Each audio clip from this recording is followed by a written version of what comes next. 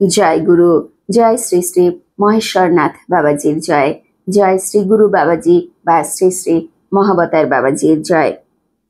চলুন আজ চলে যাই আমরা ভ্যালি অফ ফ্লাওয়ার্স ও হেমকুণ্ড দেখতে। আমরা যারা বিশেষ করে এগুলো শুনি বা পড়ি, প্রত্যেকেই চাই প্রায় হিমালয়ে একবার যেতে, বা যে সমস্ত স্থানে আমাদের আধ্যাত্মিক চেতনা জাগ্রত হয় সেই সমস্ত স্থানে যেতে। সবসময় তো হয়ে ওঠে না আমাদের পক্ষে, মানে সশরীরে যাওয়া হয়ে ওঠে না সব সময়, কিন্তু মনে মনে তো যাওয়াই যেতে পারে। আমরা কখনো শুনতে শুনতে, পড়তে পড়তে বা দেখতে দেখতে মনে মনে সেই জায়গাতে পৌঁছে যাই। আজ আমরা চলুন পৌঁছে যাই সেভাবেই শ্রীএমের সাথে এক যোগীর আত্মকথায়।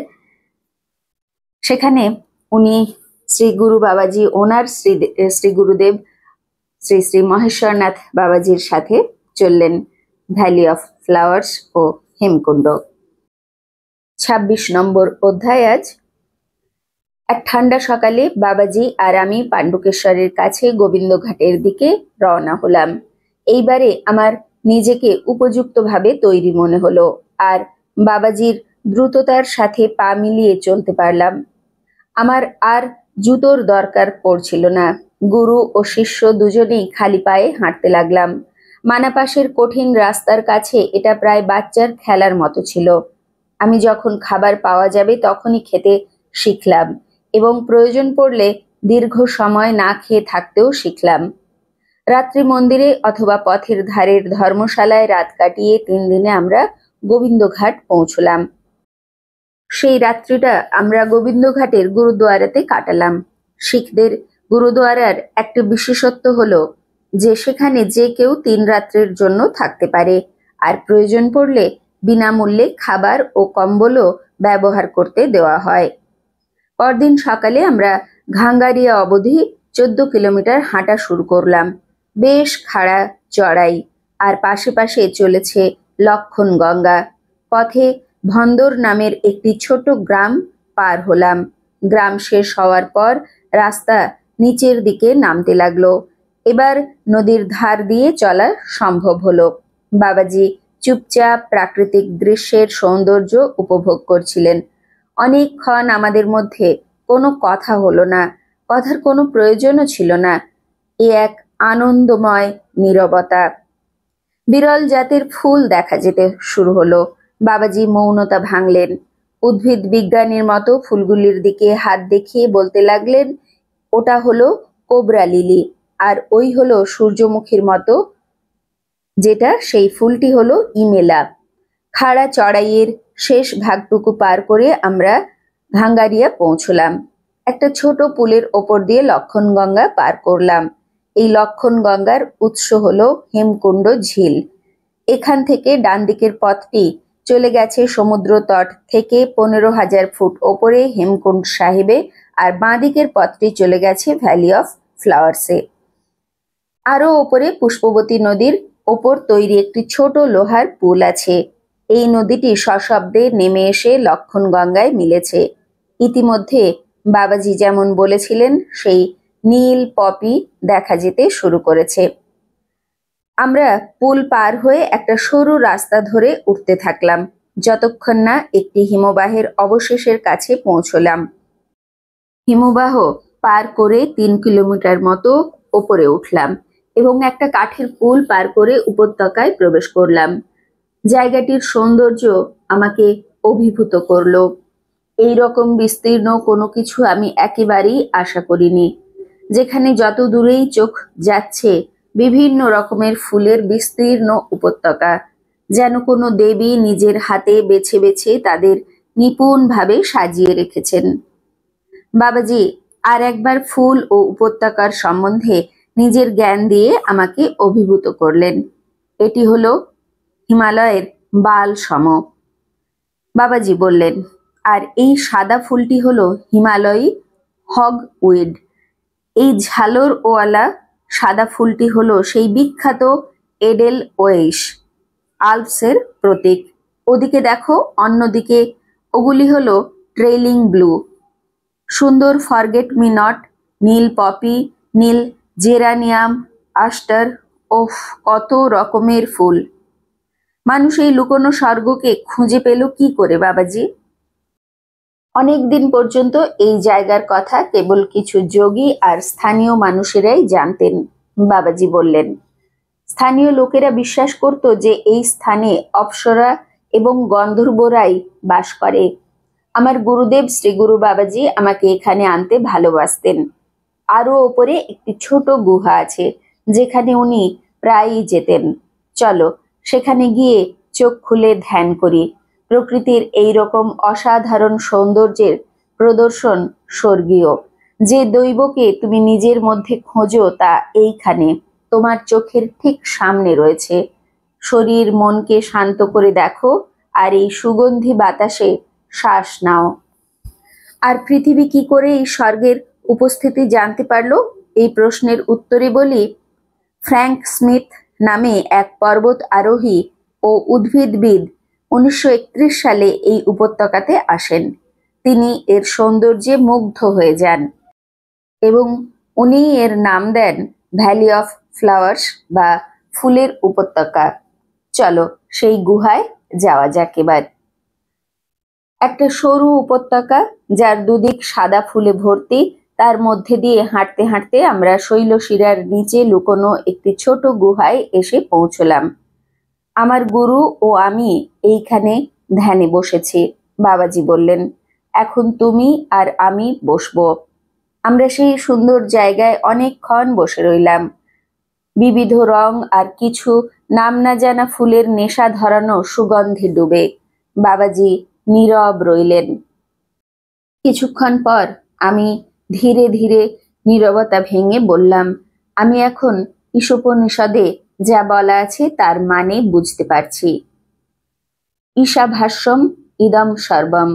অনেকদিন পর্যন্ত আমি ভেবেছি যে এর মানে হলো ঈশা বা পরম ব্রহ্ম সবকিছুর মধ্যে লুকিয়ে বসে আছে, কিন্তু এখন আমি বুঝতে পেরেছি যে এর মানে হলো যা আমরা দেখি, ঘ্রাণ নিই, স্পর্শ করি এবং স্বাদ নিই, তার কোনো কিছুই ঈশার থেকে আলাদা নয়। অন্য কোথাও খোঁজার কোনো প্রয়োজন নেই। আহা, ধীরে সুস্থে, বাবাজি বললেন। এত তাড়াহুড়ো করো না। এখন তোমার মাথা পরিষ্কার হচ্ছে। চলো গিয়ে মার্গারেট লেগের স্মৃতিস্তম্ভ দেখে আসি। তারপর আমাদের হেঁটে ঘাঙ্গারিয়া ফিরতে হবে। আমরা উঠে পড়ে অল্প দূর হেঁটে স্মৃতিসৌধতে পৌঁছে গেলাম।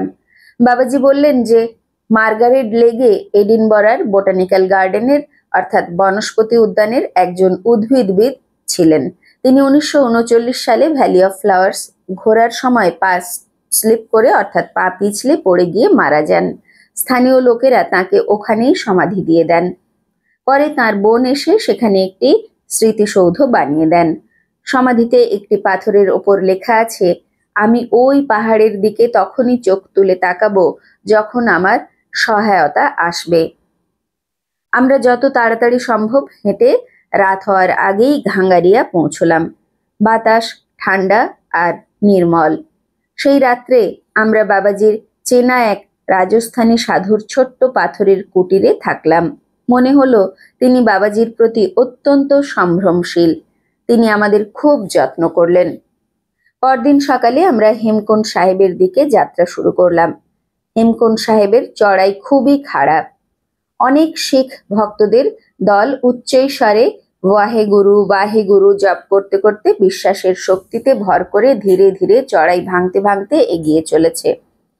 মাঝপথে একটি জায়গা আছে যেখানে বেশিরভাগ যাত্রী বিশ্রাম নিয়ে পরের দিন বাকি যাত্রা সম্পূর্ণ করেন, কিন্তু আমরা এক কাপ চা খেয়ে কিছুক্ষণ বিশ্রাম নিয়ে আবার যাত্রা করাই স্থির করলাম। সন্ধ্যার সময়ে আমরা সমুদ্র তট থেকে 15,000 ফুট ওপরে অবস্থিত হেমকুণ্ড সাহেবে পৌঁছে গেলাম। যেমন ভাবা হয়েছিল এখানে ঠান্ডা ভীষণ কড়া। শিখরা বিশ্বাস করে যে তাদের শেষ গুরু গুরু গোবিন্দ সিং কোনো এক জন্মে এই হেমকুণ্ড ঝিলের কাছে অনেক দিন ধরে তপস্যা ও ধ্যান করেছেন। বাতাসে অক্সিজেনের পরিমাণ কম। বাবাজি শ্বাসের গতি পরিবর্তন করতে বললেন। শীঘ্রই যে হালকা মাথা যন্ত্রণা হচ্ছিল তা চলে গেল। হেমকুণ্ড, যার আক্ষরিক অর্থ হলো বরফের ঝিল, অত্যন্ত নয়ন মনোহর। জল স্ফটিকের মতো স্বচ্ছ, আর জলের উপরিভাগের কিছু অংশ জমে গেছে। চারিদিকের পর্বত শিখরগুলি সব বরফে ঢাকা, আর পুরো পরিবেশটা ঠিক যেন জাদুময়। কিছু ধার্মিক শিখ নিউমোনিয়া হবার ভয়কে গ্রাহ্য না করে ওই ঝিলের বরফ গলা জলে ডুব দিচ্ছেন। আমরা গুরুদুয়ারা গেলাম। সেখানে আমাদের গরম খিচুড়ি, রুটি আর কড়া প্রসাদ বললে একরকম মিষ্টি পুডিং অর্থাৎ পায়েস দেওয়া হলো। পর্যাপ্ত পরিমাণে কম্বল দেওয়া হলো, আর আমি তাড়াতাড়ি শুয়ে পড়লাম। ক্লান্ত হয়ে পড়েছিলাম খুব। পরদিন সকালে আমরা পুরনো লক্ষণ মন্দিরের রাস্তায় যাত্রা শুরু করলাম। এবার আমরা একা। খুব কম যাত্রী এই মন্দিরের অস্তিত্ব সম্বন্ধে জানে। এক কষ্টসাধ্য যাত্রার পর আমরা লক্ষণ মন্দির পৌঁছলাম। হাড় কাঁপানো ঠান্ডা। মন্দিরটি পাথরের তৈরি ধ্বংসস্তূপ। লোক ঠকানোর জন্য কোনো পুরোহিত সেখানে বসে নেই। কেউ একজন মহাকাব্য রামায়ণের নায়ক রামের ভাই লক্ষণের প্রতীক বলে একটি ছোট মানুষের মূর্তি স্থাপন করেছে। সেই মূর্তিকে কখনো ধোয়াও হয় না, পরিষ্কার করাও হয় না। গর্ভগৃহের দেওয়ালে ঠেস দিয়ে মূর্তিটি দাঁড় করানো রয়েছে। আমার শ্রী গুরুদেব ও আমি এখানেও একবার সারা রাত ধরে ধ্যানে বসেছি। বাবাজি বললেন, পাহাড়ের দিক থেকে অদ্ভুত সুন্দর আলো নেমে এসে ঝিলের দিকে যেতে দেখা যায়, কিন্তু এইবার আমরা এখানে রাত্রি কাটাতে পারবো না। জায়গাটা রাত্রে ভীষণ ঠান্ডা হয়ে যায়, আর তুমি এই সবে জ্বর থেকে উঠেছ। আমরা প্রায় 1 ঘন্টা মতো বসে ওই দৈবী দৃশ্য উপভোগ করলাম। ব্রহ্মকমল নামে এক বিরল প্রজাতির নীল পদ্ম এই জায়গাতেই পাওয়া যায়। বাবাজি আধ্যাত্মিকভাবে উন্নত মানসিক দশায় ছিলেন। তার মুখ এত উজ্জ্বল হয়েছিল যে মনে হচ্ছিল খুব জোরালো কোনো আলো তার মুখে ফেলা হয়েছে। শান্তি নির্বিঘ্নে বিরাজ করছিল। হঠাৎ বাবাজি বললেন, চলো এবার যাওয়া যাক। আমরা গুরুদুয়ারার দিকে চলতে শুরু করলাম, আর ঠিক সময়ে পৌঁছে গিয়ে গরম গরম রুটি আর ডাল খেয়েই আবার ঘাঙ্গারিয়ার দিকে নামতে শুরু করলাম। সন্ধ্যার মধ্যে ঘাঙ্গারিয়াতে পৌঁছে গেলাম এবং রাত্রে সেই রাজস্থানী সাধুর কাছেই থাকলাম, যিনি জুনা আখাড়ার সাথে যুক্ত ছিলেন। রাত্রে বাবাজি হাঁটতে বার হলেন, আর আমি সাধুর সাথে একা রইলাম। আমরা ধুনির সামনে বসলাম, আর সাধু তার হাতে তামাক ভরা মাটির ছিলিম ধরালেন। এই পবিত্র ধোঁয়া একটু টানবে নাকি? উনি আমাকে জিজ্ঞাসা করলেন। আমি না বললাম। তোমার বাবাজিও খান না, তিনি বললেন। তোমরা যোগীদের সেই শ্রেণীতে পড়ো যাদের বলা হয় রাজযোগী। নিজের অন্তর সত্তার ওপর মনোনিবেশ করার জন্য বোধহয় তোমাদের এর প্রয়োজন হয় না। জানো, তুমি সত্যিই ভাগ্যবান। এই বাবাজি একজন মহান যোগী। উনি সহজে কাউকে শিষ্য করেন না। যাদের দেখে আমার মনে হয়েছে সত্যিকারের সাধক, আমি ওনাকে তাদেরও প্রত্যাখ্যান করতে দেখেছি। হয়তো তোমাদের মধ্যে অন্য কোনো জন্মের সম্পর্ক আছে। সেদিন আমি ওনাকে তোমার দিকে গভীর মমতায় তাকাতে দেখেছি, যেন তুমি ওর নিজের সন্তান। আমি আশ্চর্য হয়ে গেছিলাম সেদিন। ধোঁয়া থেকে একটু দূরে বসে আমি অনেকক্ষণ ধরে ধ্যান করলাম, গভীর ধ্যান। যা কিছু জিজ্ঞাসা তখনও ছিল, সবের উত্তর মুহূর্তের মধ্যে পেয়ে গেলাম। যখন আমি সাধুর দেওয়া কম্বল জড়িয়ে শোয়ার প্রস্তুতি করছিলাম, তখনও বাবাজি ফিরলেন না। নিজেকে মায়ের জন্য অপেক্ষা করতে থাকা বাচ্চার মতো মনে হলো। ঘুম আমাকে তার আরামপ্রদ কোলে টেনে নিল, আর আমি ঘুমিয়ে পড়লাম। এরপর আমরা যত এগোবো ততই বুঝতে পারবো এই যে গুরু শিষ্যের সম্পর্ক, তা বাবা মা সেইভাবেই যেন সহজভাবে প্রতিফলিত হয়েছে। তমেব মাতা চ পিতা তমেব, তমেব বন্ধুশ্চ সখা তমেব, তমেব বিদ্যা দ্রবিণং তমেব, তমেব সর্বং মম দেব দেব। শ্রীমের জীবনীতে তার গুরুর সঙ্গে কাটানো যে সময়টুকুর আমরা উল্লেখ পাই, সেখানে এই মন্ত্রের বারবার প্রতিধ্বনি পেয়েছি আমরা। আমরা এর পরের অংশ নিশ্চয়ই শুনবো, তবে পরবর্তী ভিডিওতে। আজ এই পর্যন্তই। জয় গুরু, গুরু কৃপা হি কেবলম। জয় শ্রী শ্রী মহেশ্বরনাথ বাবাজির জয়। জয় শ্রী গুরু বাবাজির জয়। জয় গুরু।